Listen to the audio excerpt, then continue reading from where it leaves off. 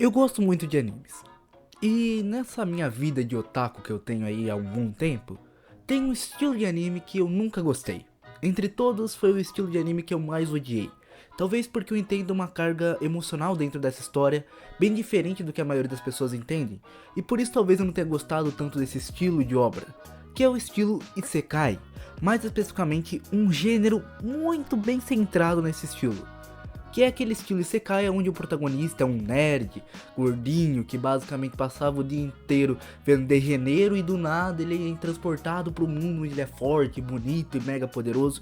Eu nunca gostei desse estilo de história, especialmente porque todos os Isekais, querendo ou não, eles são escapismos. Toda a história de Isekai se trata de uma pessoa que escapa da realidade, literalmente.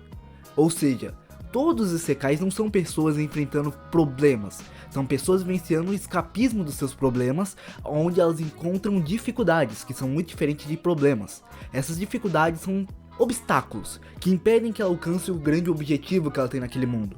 Entretanto, eles não são realmente problemas, não são coisas difíceis, não são coisas que são duras pra eles. Por mais que o personagem ele esteja inserido ali na trama, onde ele se encontre como uma pessoa literalmente, como se aquele personagem ele fosse realmente alguém relevante naquele mundo, um Isekai, todos os seus problemas são meramente obstáculos de um jogo.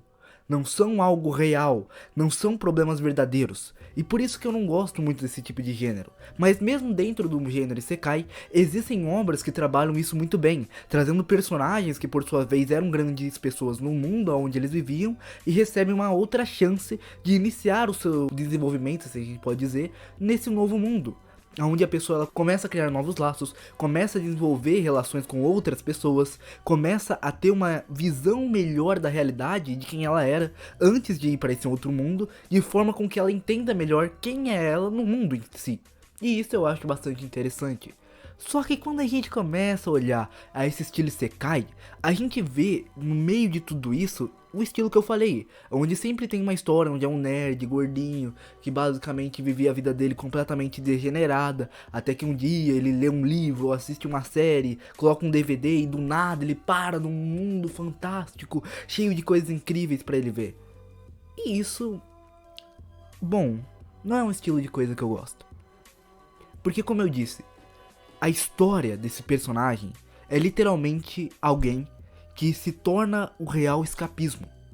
É uma pessoa que basicamente tinha uma vida, como eu posso dizer, infeliz e insustentável, um estilo de vida que não era legal e que não trazia nada pra ela, e do dia pra noite, sem esforço, sem dedicação, ela muda pra um mundo de aventuras. Por mais que a pessoa tenha que lutar, enfrentar inimigos e ter uma evolução, isso não é muito real pra mim. Não é bem construído pra mim. Não é algo que eu goste ou aceite de forma bacana. Porque quando você pega um personagem cheio de defeitos e você simplesmente coloca ele em outro mundo onde ele vai começar tudo do zero, você tira a carga das coisas que ele fez enquanto em vida.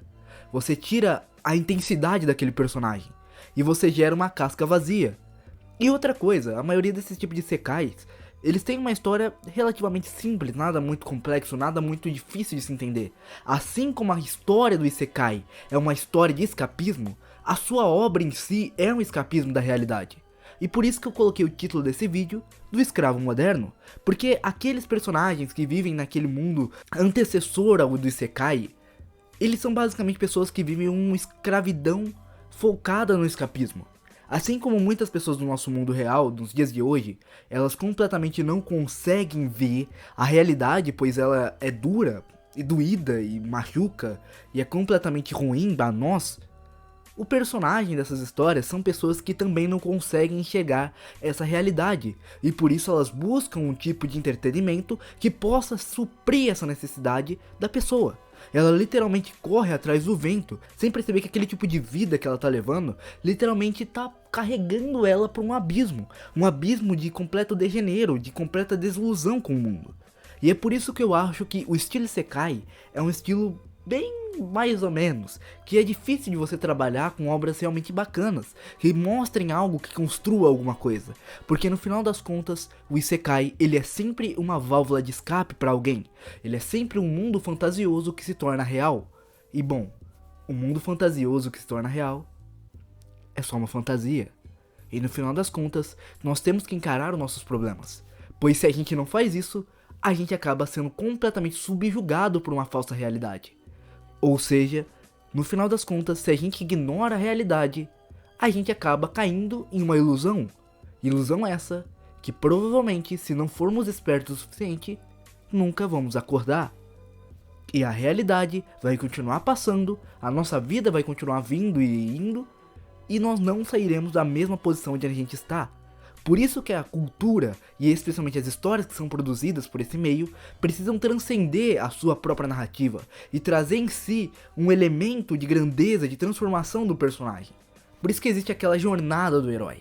A jornada do herói é a transformação do personagem que é passada na cultura para nós, como a transformação de nós mesmos como indivíduos em seres pensantes, em pessoas muito mais elucidadas, muito mais elaboradas, muito mais sencientes da realidade. Ou seja, quando nós vemos um herói que passa toda a dor, sofrimento e dificuldades que ele poderia ter, mesmo que seja num mundo fantasioso, mas é um mundo real, onde ele está encarando aquilo ali de verdade, a gente sempre vai ver alguém como nós, que tem seus defeitos e suas qualidades, que tem as suas habilidades e as suas falhas, e que no final das contas sempre precisa encarar a realidade, e que quando encara e se torna vencedor sobre ela, realmente alcança a grandeza.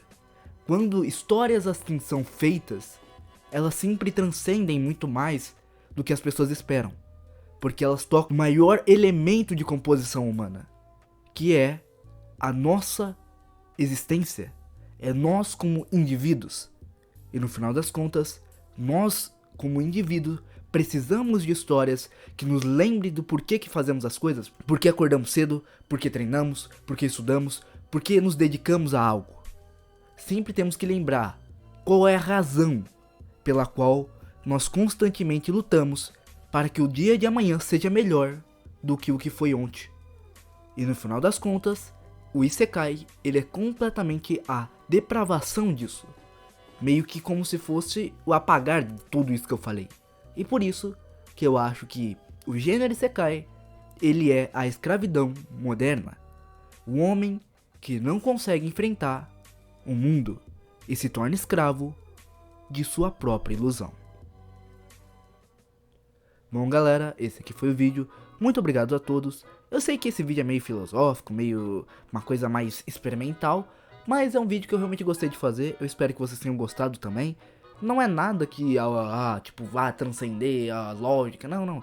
É só um vídeo simples, uma coisa que eu sempre achei e eu sempre pensei, e eu queria expor isso com vocês, queria conversar com vocês sobre a minha visão sobre Isekai, sobre essas coisas, pois é uma coisa legal de ver como as pessoas pensam sobre esse tipo de obra, o que as pessoas veem sobre a realidade em si, e é sempre muito bom filosofar sobre histórias, já que elas sempre refletem alguma coisa da nossa realidade. Então, muito obrigado a todos. Que você que gostou desse vídeo se inscreva, deixa o like aí, meu querido, ou meu compatriota. Eu preciso da tua ajuda, por isso deixa o like, se inscreve, compartilha, que você já vai estar me dando uma ajuda de nível federal. Muito obrigado a todos que assistiram o vídeo até aqui, que você possa se inscrever, deixar o like, compartilhar para os seus amigos. Muito obrigado pelo seu visu, até o próximo vídeo, valeu, tchau, fui!